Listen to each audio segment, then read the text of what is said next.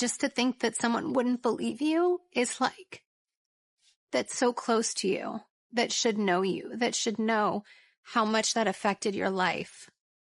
It just really bothered me for, like, you don't know who I am.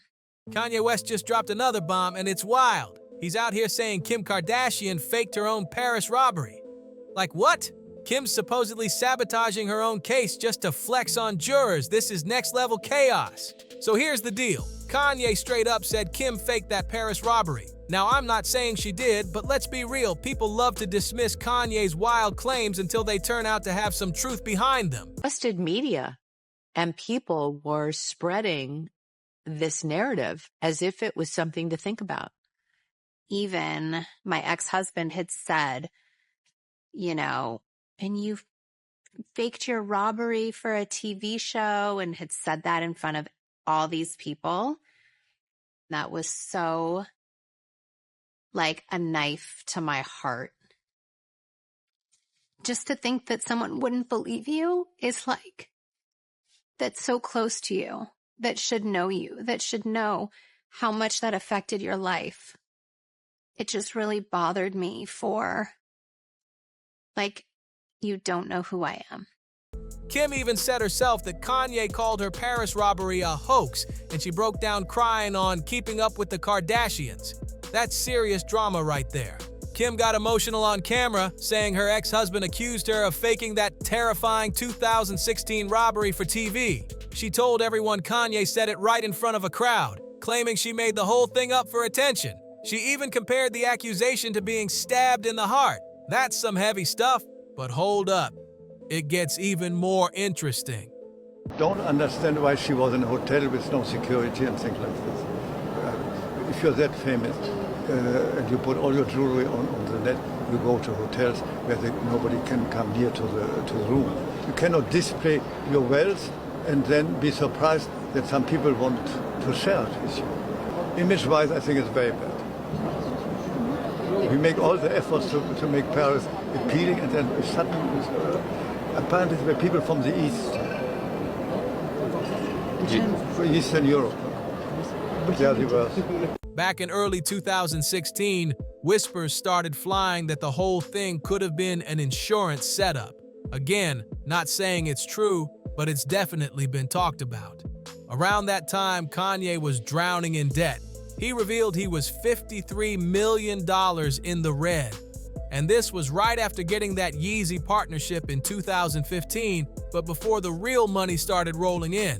He even went online begging Mark Zuckerberg for $1 billion to fund his Yeezy empire. Like, literally begged.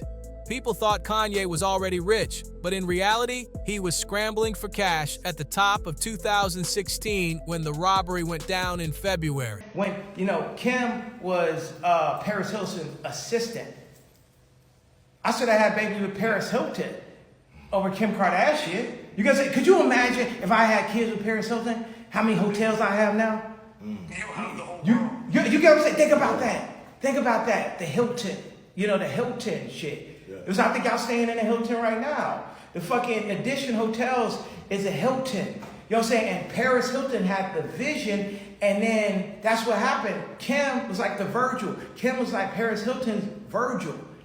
And that's what happened. If you like Arnold Schwarzenegger and you have a kid with a nanny, the nanny only power is to take your kids. So Kim's only power is to take my kids. I had a baby with a fucking assistant, bro. And then put her on Vogue. Then put her on Vogue, bro. You can't put no motherfucking assistant on Vogue, bro. That's exactly Bernardo know that, and it's king time now, bro. No more motherfucking assistants, no more hugs. The timing had everyone side-eyeing the situation hard. This whole thing sounds like a movie plot. Kanye broke, Kim robbed, and the world watching it unfold. What a mess. Nah, Kanye wasn't broke in the sense of not having money. He was just spending it like it grew on trees. The man went all out, buying 2 massive houses, each worth around 30 to 50 million. Then he gutted them, redecorated, tore them down again, and rebuilt them from scratch. He was splashing cash non-stop. On top of that, he gifted Kim a 22-carat diamond ring and showered her in luxury like it was nothing. His wedding? straight up royalty level. Kanye was burning through money faster than he could make it. Sure, he might have been earning big, but that doesn't matter when your bills are just as massive. He literally admitted himself that he was $53 million in debt. I'm sorry, I'm not going to argue with people that are broker than me about money. Understood. Yeah, we thank you. Now here's where things get suspicious. When Kim's robbery went down, people noticed how perfectly staged it looked. And listen, I'm not saying Kim set it up, but that robbery looked too clean. These high-end thefts involving tens of millions are usually pulled off by professional crime rings. It's a whole operation. People hire intermediaries, pay for the setup, and once the job's done, they collect the insurance money. Kim's ring alone was worth a fortune, 22 carats of pure diamond sparkle. But the crazy part? They somehow found another 22-carat ring that looked exactly the same. Like, how many of those even exist? And here's what's wild. Kanye wasn't blind to the smoke and mirrors on Keeping Up with the Kardashians. The fact he accused her of turning something that traumatic into a TV storyline says a lot. As far as jewelry, if I'm wearing something, it's borrowed, it's fake. No expensive items ever come to my home. I have it all taken from security before I even enter my home. I can't sleep if I have jewelry in my safe or anything like that, or money or anything at my house. I just don't live my life like that.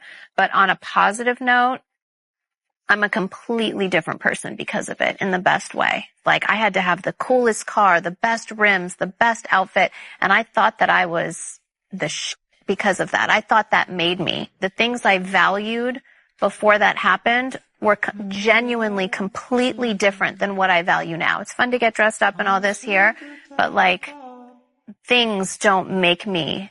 He probably felt like the whole show was staged nonsense. And let's not forget, Kim already turned her old tape scandal into part of her storyline too. Remember, Ray J said she was always aware of what was happening, though she's denied it and even took legal action against him. Still, that history makes Kanye's accusation hit different. Kim later talked about feeling deeply disappointed by the whole situation, but the public's already questioning what's real and what's just another episode. Kim said she was heartbroken, with tears in her eyes, just thinking that someone so close, someone who should have known her, didn't believe her. I'm obviously imperfect. Obviously. But Kanye West, the Kanye West, Adidas $2 billion in debt. $15 billion company, $2 billion in debt. Now I got a $62 billion market cap. That person now works for God. She said it really hurt that a person she trusted doubted how much that robbery changed her life. But then again, didn't we already see Kim crying on camera to Kanye about that old tape with Ray J too? The emotions always seem to show up when the cameras are rolling. She swore she never made anything up and was just glad to have the whole situation behind her. But according to TMZ, they covered every moment of that intense trial when Kim faced the actual robbers in court. She took the stand, reliving the horror, being tied up at gunpoint inside her Paris hotel room while $10 million worth of jewelry was stolen. Kim testified that she truly thought she was going to die that night, with a gun pointed at her head. Terrifying stuff. But here's where things got messy. Prosecutors were furious with Kim. They said she completely ignored their request not to show up in court flaunting her expensive diamonds during the robbery trial. Imagine that. You're on trial for being robbed, and you walk in dripping in ice. Prosecutors warned her multiple times, saying it would look bad to the jury. At first, Kim acted like she understood, said she wouldn't wear them if it caused a problem. But after a chat between Kris Jenner and the legal team, Kim still showed up sparkling from head to toe. Now, I'm not judging how any victim reacts to trauma, but this move confused a lot of people. The prosecutors had told her straight up, don't do that. They wanted the jury to see her as a real person, not a billionaire celebrity flaunting wealth in front of regular citizens. This was France, not Hollywood. The culture there doesn't play well with over-the-top luxury. The courtroom needed sympathy, not a runway moment. And honestly, that's where this whole thing touches something deeper. The idea of diamonds and privilege. Because when you think about it, those stones have always symbolized wealth and status. But in court, it came off as pure entitlement. Sure, in America, people might say, she's rich, but she's still human. Yet overseas, it doesn't land the same way. Nobody's saying Kim doesn't have feelings, But prosecutors were trying to remind her, this isn't about fame or luxury, it's about justice. They wanted the jury to see a frightened woman, not someone dripping in jewels while demanding punishment. It wasn't about dehumanizing her, it was about making sure the message was real. Because when people are struggling just to survive, showing up in court covered in diamonds sends the wrong signal. You're telling a jury that your lost jewels mean more than the lives and struggles of everyday people. That's what had the prosecutors so heated. They wanted accountability, not another performance under the spotlight. Dripping in diamonds to prove a point? That just screams privilege. You're standing in court, sneering down at everyone like your jewelry makes you more powerful. It just doesn't play well. Even if Kim was trying to reclaim her power, at what cost does that come? Like seriously, how does that help anyone but her? Kim said she wanted justice, but this flashy stunt could have backfired hard. Think about it. Those robbers could have walked free sooner. The jury might have seen her as out of touch instead of a victim giving lighter sentences. That little "I'm rich and untouchable" moment could have put her and others at risk. What if, years later, another woman ends up terrified in a bathtub because the justice system didn't take these cases seriously anymore? All for what? Just to show off wealth and status? That's wild. Kim's obsession with image runs deep. She's literally the face of capitalism. I'm not denying her humanity, I see it. But I also see the brand, the empire, the non-stop need to flaunt luxury like it's normal. She keeps pushing this message that excess equals empowerment, and that's dangerous. When prosecutors are trying to win justice, not just for Kim, but for future victims, and she walks in dripping in ice, it sends the wrong signal. They wanted her to look real, humble, vulnerable, but she chose the opposite. And I get it. People will say, let her live. She earned it. But no, this isn't about hate. It's about awareness. The world's literally burning right now. Wars breaking out, poverty everywhere, people fighting to survive. And yet, we're being told to care about one woman's diamonds? That's not it. We can't keep giving rich celebrities sympathy every time they cry on cue while ignoring real-life struggles around us. When's the last time Kim truly gave back in a way that mattered? Donating, rebuilding, helping communities, not just posing for headlines. It feels like every time she gets emotional, it's weaponized for attention, not compassion. I'm honestly tired of watching the ultra-rich cry on camera while the rest of us deal with chaos. People are hungry, homeless, scared for their futures, and the media wants us to feel sorry for billionaires because they lost a few jewels? Please, the world's changed. This isn't the glossy 2012 era of new Benz, new Bentley anymore. Folks are struggling, and that sparkle just feels tone-deaf now. Still, one question lingers.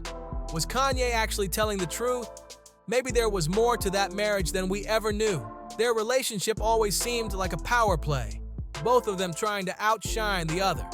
I'd honestly love to see a real tell-all, the kind that exposes what really happened behind those mansion walls and what finally led to that divorce. Because I doubt either of them were completely innocent in the chaos. Anyway, let's talk about it. What do you think? Was Kanye right all along, or is this just another Hollywood distraction? Drop your thoughts in the comments below. Don't forget to like, share, and subscribe to Star Watch for more celebrity breakdowns and scandal deep dives. It's about to get even messier.